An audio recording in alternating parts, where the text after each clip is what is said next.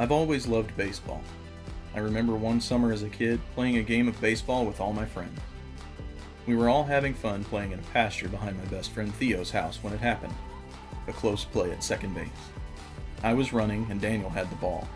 We were both heading for second base. He tagged me and my foot hit the bag, and then the argument began. "My foot was on the bag," I said. "No, I tagged you first," Daniel yelled.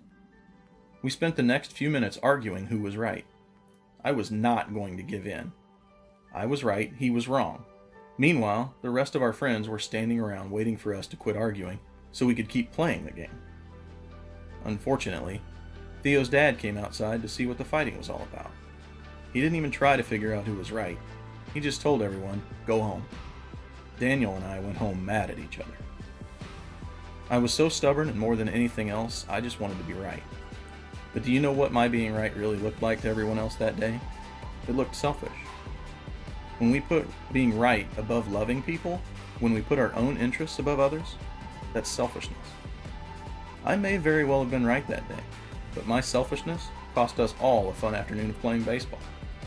It cost us an afternoon of friendship. Have you ever noticed being right isn't one of the fruits of the Spirit? Even though the world puts a high value on being right, even if it means fighting and putting others down, God tells us a different story. In Romans 12:18 it says, "If it is possible, as far as it depends on you, live at peace with everyone." Romans 14:19 says, "Let us try to do what makes peace and helps one another." When I look back on that summer day, I wasn't bearing any fruit. I wasn't choosing peace. I was choosing me. There will be times in your life when you are unjustly accused or the facts of a story don't line up with how you see it. There will be times when you know without a doubt you are in the right. Times when it just isn't fair that people don't know how right you are.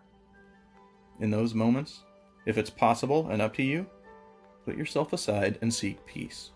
Respond in love. To follow Jesus means to seek peace over being right. Jesus was 100% right in his life on earth. Jesus knew all of the facts of the whole story, yet he unselfishly laid down his life for peace. This week, remember, Jesus himself is our peace. For a good story about seeking peace, even when someone is being a jerk and making themselves look like they are right, read Genesis 31, 22 through 55 with your family.